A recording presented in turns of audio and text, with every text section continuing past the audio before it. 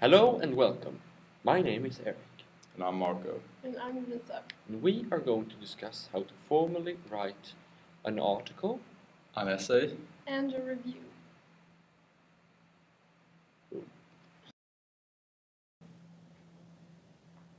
Writing an article in a formal way might sound like something hard, but it does not have to be. In fact, it can be quite easy. Just follow these steps. The first thing that catches the eyes of the reader is the title. And that is why it needs to tell the reader what the article will contain, and therefore it has to be interesting enough to the reader's eyes. The next thing might be the most important of the entire text, and that is the first sentence. This is where the reader decides whether he or she wants to continue reading or not. Therefore, this has to wake an interest to know more about the topic. The third thing to remember is to talk to the reader and build the style of the text thereafter. It could also be a great idea to include a few rhetorical questions to give the text some extra style. Remember not to include too many, since it will only make the article sound a bit unnatural. The language needs to be varied and well made so the person reading won't lose his or her interest. This is where a huge vocabulary really helps. The article also needs to be easy to follow from one sentence to the other. Remember though, not to be too formal, since this will only make the text harder to read. Finish the article by leaving the reader with something to think about and that relates back to the introduction.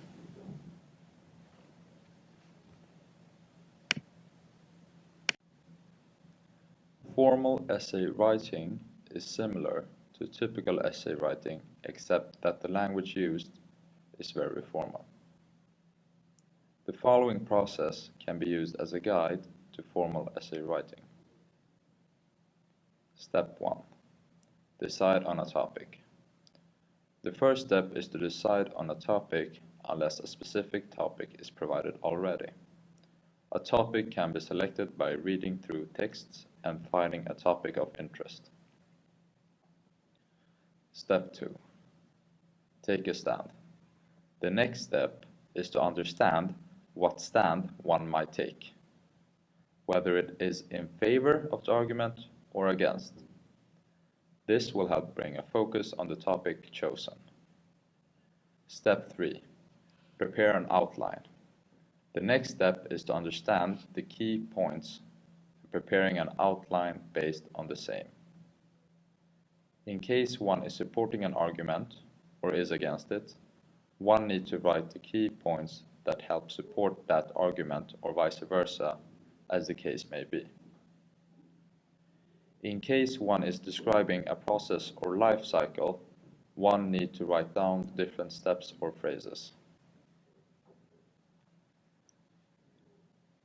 Step 4. Develop a thesis statement.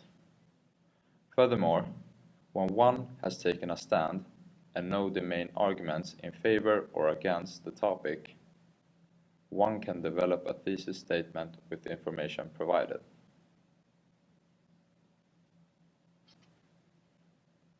Step 5. Write the body of the essay.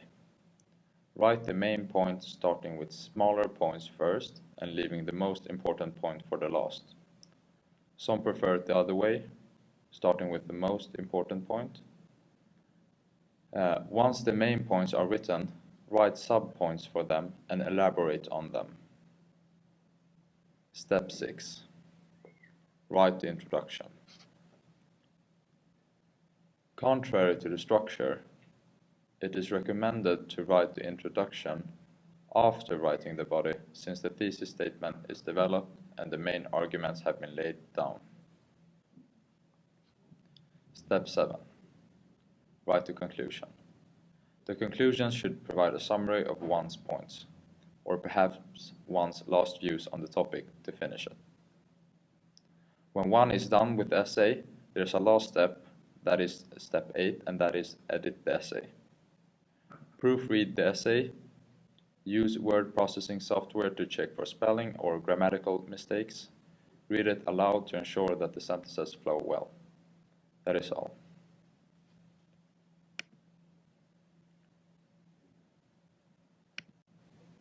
When writing a review, there are a few vital points one has to address. A review is basically a text that expresses the writer's opinion of an object, film, or book. The review should also describe closely the subject of the review to be able to make it fully understandable for anyone who may not be acquainted with the topic. The first step is therefore to describe the topic and provide a necessary summary in as short space as possible. No matter what the review is analyzing, it is essential to develop a clear thesis and throughout the text support it with evidence and examples. It is frequently believed that a review should give either positive or negative criticism, which is completely false. A good review can contain both. However, the negative criticism should not be a complaint but constructive, and furthermore, this negative criticism should contain an explanation as to why one chose to disapprove of it. The text should be divided into clear paragraphs with a clear introduction and conclusion.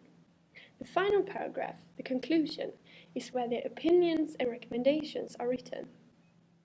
To be able to write a review to the best possible extent, the writer ought to share something new and relevant on the subject. One central question one should ask oneself before starting the writing process is who is the targeted audience? The language in the review must be modified according to the readers. A younger reader may not be accustomed to intricate words, and therefore will the writer benefit from a bit more informal language.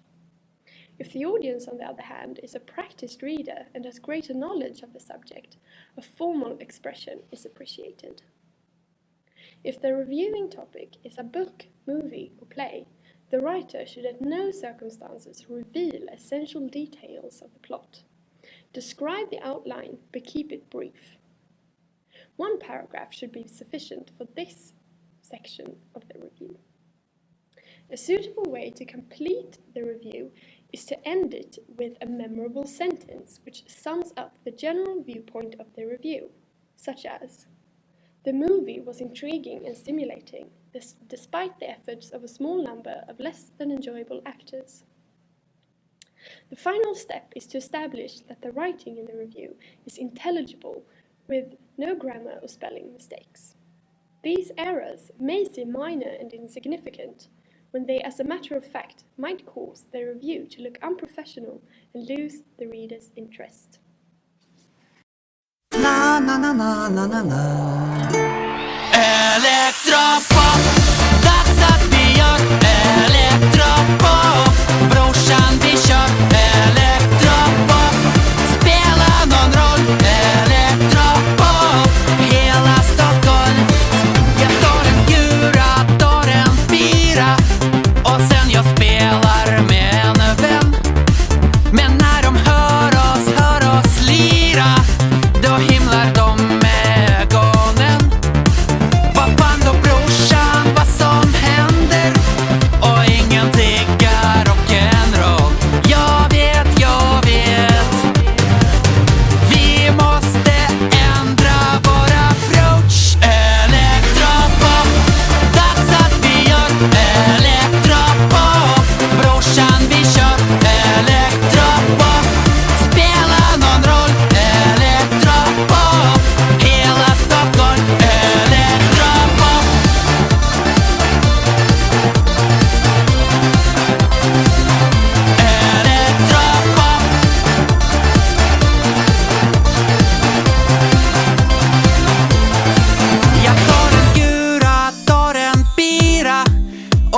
jag spelar med en vän. Men när de hör oss lira, då himlar de med ögonen. Fy fan vad folk har blivit kräsna, men jag allt